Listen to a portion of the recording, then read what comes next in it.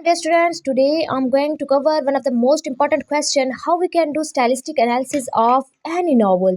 Dear students, आज की short सी वीडियो में मैं डिस्कस करने वाली हूँ हम किसी भी नॉवल की स्टाइलिस्टिक एनालिसिस कैसे कर सकते हैं। स्टाइलिस्टिक एनालिसिस करते हुए हमें कौन कौन से पॉइंट्स का जो है वो ख्याल रखना पड़ेगा। शुरू करते हैं आज की अपनी वीडियो। स्टाइलिस्टिक एनालिसिस किसी भी नॉवल की ये इन्वॉल्व होती है इस चीज़ को एग्जामिन करने में कि कैसे ऑथर लैंग्वेज का यूज़ कर रहा है, कौन सी लिटरेरी डिवाइसेस का यूज़ कर रहा है, कौन सी नैरेटिव टेक्निक्स का वो ऑथर यूज़ कर रहा है, स्ट्रक्चरल एलिमेंट्स कौन से हैं जो कि मीनिंग को क्रिएट कर रहे हैं, इमोशंस को इवॉक कर रहे हैं या थीम को कन्वे कर रहे हैं। जैसे कि सबसे पहले बात जो आपने स्टाइलिस्टिक एनालिसिस करते हुए ध्यान में रखनी है वो language and Dickson.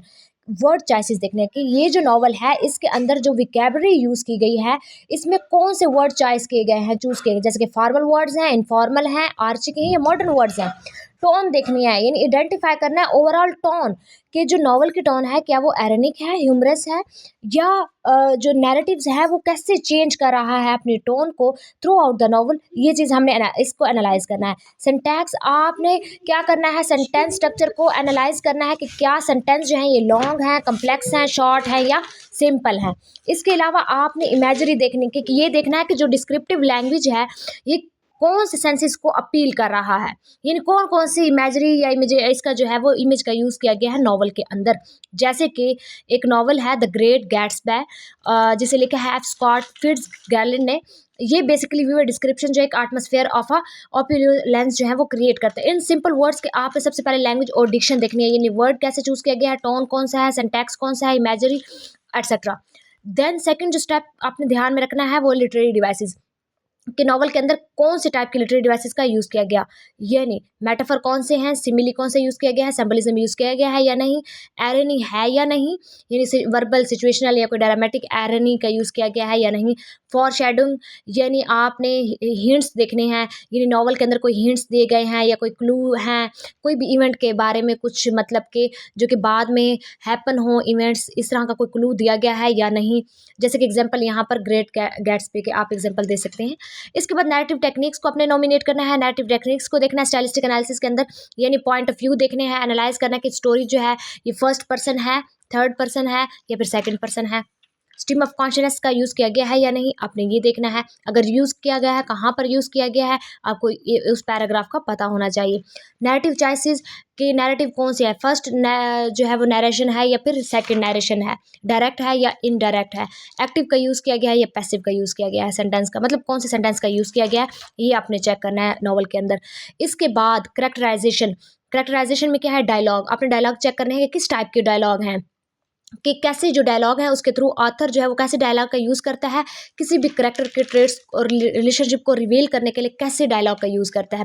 Action and description देखनी है, यानी आपने एग्जामिन करना है कि किस तरह करेक्टर जो है वो डेवलप होते हैं, उनका बिहेवियर और डिस्क्रिप्शन के थ्रू कैसे करेक्टर जो है वो डेवलप हो रहा है, क्या करेक्टर स्टेटिक है या डायनेमिक है, ये चीज़ देखनी है आपने। थीम्स एंड मोटिव्स का देखना है, यानी सेंट्रल थीम क्या एक्सप्लोर कर रहा है, कौन सा आइडिया एक्सप्लोर कर रहा है, ये नॉवल जो है वो कैसे कौन सा आइडिया जो है वो एक्सप्लोर कर रहा है, आपको ये पता होना चाहिए। इसको चेक करना है। मोटिव्स को देखना है कि अपने आइडेंटिफाई करना है उस एलिमेंट्स को जो कि थीम्स को रीइंफोर्स करते हैं। इसके अलावा स्ट्रक्चरल एलिमेंट्स को नॉमिनेट करना है, अपने स्ट्रक्चरल एलिमेंट्स को देखने हैं कि कौन सा स्ट्रक्चर कैसा है, यानी प्लॉट स्ट्रक्चर, पैसिंग देखनी है, चैप्टर्स देखने के कितने चैप्टर्स हैं, कितने सेक्शंस हैं, कितने जो नॉवल है इसके कितने जो है वो प्लॉट स्ट्रक्चर कैसा है इसका, ये लीनियर है, नॉन लीनियर एटसेट्रा, या फिर इसके कितने चैप्टर्स हैं और इसके मूवमेंट आपने देखने हैं। जैसे कि नॉवल है वदरिंग हाइट्स के अंदर जो है वो नॉन लीनियर स्ट्रक्चर जो है वो लिया गया है, यानी नॉन लीनियर स्ट्रक्चर है इस नॉवल का। कंटेक्चुअल एलिमेंट्स को आपने देखने हैं, यानी हिस्टोरिकल कंटेक्स्ट देखना है कि ये जो नॉवल है ये किस हिस्ट्री पर बेस्ड है, मतलब इसका कोई हिस्टोरिकल वो मतलब हिस्टोरिकल बैकग्राउंड क्या है इस नॉवल का। ऑथर्स का बैकग्राउंड देखा जाता है कि ऑथर जो है वो किस उसका पर्सनल एक्सपीरियंस क्या है, उसका वो किस बैकग्राउंड से जो है वो बिलोंग करता है। सो ये चीज़ देखनी है। एग्जाम्पल जैसे कि जॉर्ज ऑरवेल का वर्क 1940 84, ये अपना उसका कंसर्न टोटलियन रेगमेंट्स के कंसर्न को जो है वो शो करता है। सो इन सिंपल किसी भी नॉवल की स्टाइलिस्टिक एनालिसिस करते हुए आपको कुछ बातें ध्यान में रखनी है। आप स्टाइलिस्टिक एनालिसिस कैसे करेंगे, सबसे पहले आपने क्या चीज़ देखनी है, लैंग्वेज एडिशन के नॉवल के अंदर कौन सी लैंग्वेज का यूज़ किया गया है, उसके बाद लिटरेरी डिवाइसेस को देखनी है कि कौन सी लिटरेरी डिवाइसेस यूज़ किए गए हैं, नैरेटिव टेक्निक्स को देखना है कि इसका नैरेटिव टेक्निक क्या है, कि फर्स्ट पर्सन है, सेकंड पर्सन है, थर्ड पर्सन है, एक्टिव है, पैसिव है, ये देखना है। इसके बाद करेक्टराइजेशन देखने हैं, डायलॉग्स देखने हैं, करेक्टर क्या डायनामिक है, स्टेटिक कौन सा करेक्टर लिया गया है। थीम्स और मोटिव्स को देखना है कि ये नॉवल का कौन सा थीम है, मतलब कौन सा थीम ये पोर्ट्रे कर रहा है, मोटिव क्या है।